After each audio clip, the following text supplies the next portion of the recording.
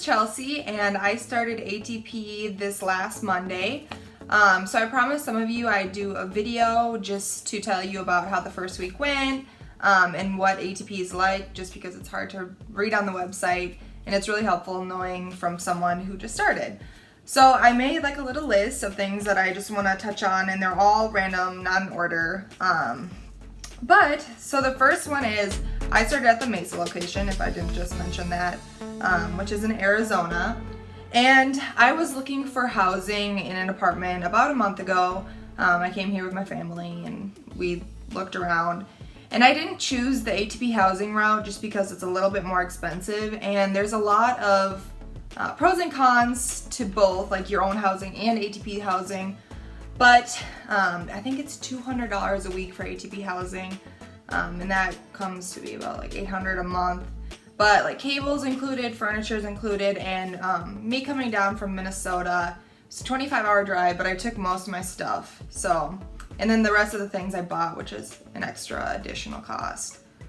But yeah, I guess there's pros and cons to both, really. I'm living with my boyfriend, so we've split the rent, and it's a little bit cheaper than living in ATP housing. But I guess I just want to add that if you want to come to the Mesa, Arizona location, I would definitely look for housing in Gilbert and not Mesa. I started looking originally, I made like this huge list of apartments and started looking in Mesa first. And it's a little bit further out from the airport. The Mesa Gateway Airport, where they operate out of, ATP does, it's a little bit more like out east. So I would definitely make a list for housing in Gilbert if you want to do your own housing. Or I would even go to ATP's website and I would look at the Mesa housing. They live in the San Montego, I'm pretty sure that's right, apartments. And then I would like do a radius around where those apartments are to find a good location if you want to go to ATP in Mesa. So I live like 15 minutes from the airport, and you can get random texts from ATP each day, like come in for a sim session at 1, and basically you don't want to have to drive like 30 minutes to go to ATP every day, just because you need to have that flexible schedule. So yeah, look in Gilbert, not Mesa, it's kind of far out.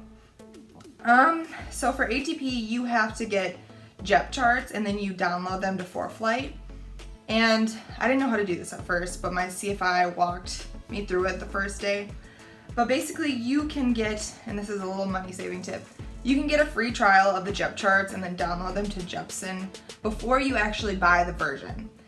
And the version of JEP charts that ATP wants you to get, it's $199, and they will give you a discount, so it's only $99.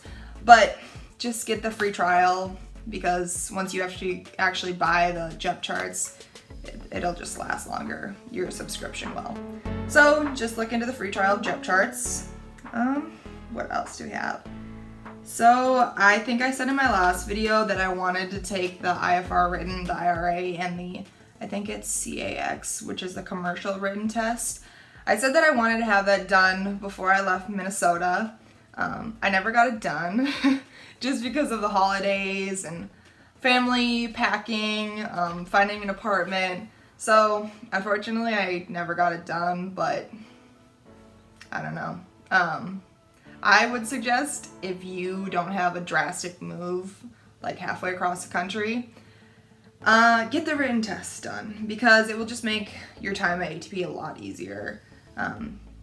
And I'm not sure how it's going to affect me. I'm going to study for it, the written, this weekend, but I'll let you know in a couple of weeks if I'm at a disadvantage or if it was fine. Some people I've read on forums, they like keeping the test like towards the check ride, if that makes sense. Like they like taking it more towards when they're going to take the check ride, just because studying from the written, or studying for the written, it helps keep information fresh in their mind. So that's just something to consider, but usually people just like getting them right out of the way. So I'll let you know how the written test goes as soon as I take it. Okay, so about the first day. Started on Monday, and the first day, I think we like loaded in documents and did paperwork. And I actually had a sim session right after that. So I don't know if this happens with private students too, or if they just jump right into it. But yeah, I'm on my CFI, I had a sim session, and I'd never flown in a simulator before, but I liked it, I guess. It's really sensitive, but I think it helps a lot when you actually get in the aircraft. So that's a little bit about the first day. What else? Oh yeah, really embarrassing, but on the second day, I missed a meeting. So I missed the orientation meeting. And I'm usually really good about keeping up with my schedule and ATP on the extranet, and you'll find out about it if you're thinking about ATP or if you want to go to ATP. But they basically have like a student extranet where you can get all the paperwork on there, like anything you would ever need. The numbers for training support, or your CFI, anything. But anyways, so yeah, it was the first day, and they had like this schedule on the extranet that I was supposed to follow, and I asked my CFI about this, and he's like, don't worry about it, it's a meeting on Tuesday, and it said like Monday in the description, so I just thought it was for Monday, but it wasn't. It was actually for Tuesday, and I missed it, and like you get a little text saying like, why weren't you there? But there was 13 new starts on Monday, which is a lot for them, I guess, and I think like 4 people missed it. So yeah, just if you don't know, I guess the moral of the story is, if you don't know if you have like a lesson or you need clarification or even an orientation meeting, I mean, I know it was only my second day, but it's still kind of embarrassing. If you don't know, maybe like ask 2 people. So ask your CFI, and then if your CFI like doesn't really know, like mine didn't, go and ask the front desk, or ask just someone higher up, I guess. So yeah. So what else do we have? I got a request just to like tell you how each day is set up, the hours that you spend at ATP and the hours I spend studying.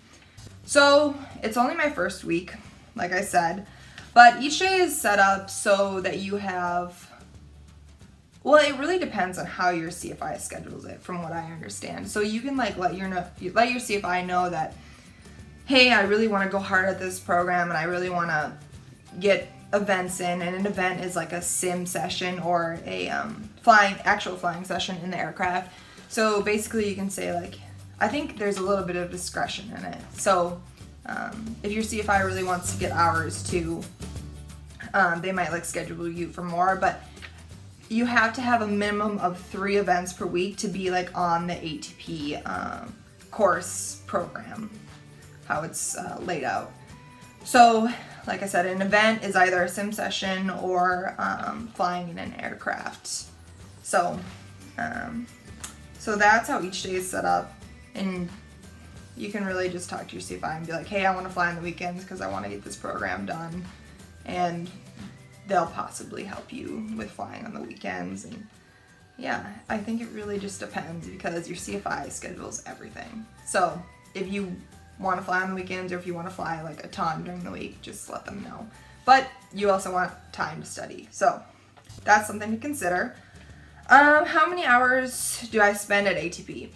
Well, so they say that you should spend time there and be like active and talking to people, and that's great, and they want you to make study sessions with groups of other people like studying instrument or commercial.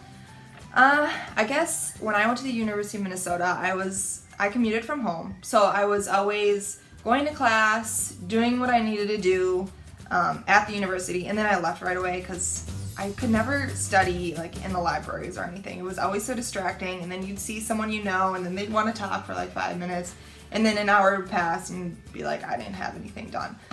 So ATP tells you to just like hang around during the day. The first week I kind of did what I needed to do, like my flight, if a flight was scheduled, or a sim, and then I left and I went home and studied. But I guess it really depends on like your study habits. The Mesa location has a great layout. They have 2 buildings, and one building is kind of like more the study building. They have like these little cubicles, and you can go in and like bury your head in so no one sees you and wants to talk. But yeah, I guess it really depends on like if you want to be there. I'm sure as you get more into like the CFI stuff, you're going to be there all day, all the time. But when you're a student, it's just your schedule. It's not like a ton of other student schedules that you have to schedule and maintain. So it really depends. But yeah, next week I think I'll try to spend more time at ATP, but this week it was kind of just like, I went there, did what I needed to do, debriefed my flight or my sim session, and then left. So, and then the hours that I spend studying, so like I said, I haven't taken the written yet, but I got my private done at a club. It was called Club Cherokee, so it was a small club out of Minnesota. I got it done in like the same time frame as ATP, so like 3 months, and I guess the amount, and I passed the first time and passed my written the first time. I got 98% on the private written. So I guess I spent like a good 4 hours each day studying, spread over like 3.5 months. But that was like intense studying. So everyone has their different versions of studying, whether that be like sit down and like knock things out, or like keep getting up, going to get food, going to talk, or whatever. But anyways, I guess I would guess like 5 to 8 hours studying a day. But that includes like reading NTSB reports, or like, I mean, browsing the internet about like oleostress. I mean, anything. It's not like sitting and like studying, reading from a book.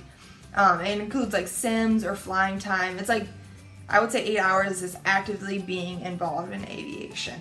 So whether that's like reading a blog or flying, like I just said, being in the sim, reading the pilot's operating handbook, anything, or talking about aviation with your friend. So like 8 hours of being involved in aviation. Yeah, so I think that's it. But if you guys have any more questions, please leave them below. And I hope this helped for those of you thinking about going to ATP. So thanks so much. See you guys. Bye.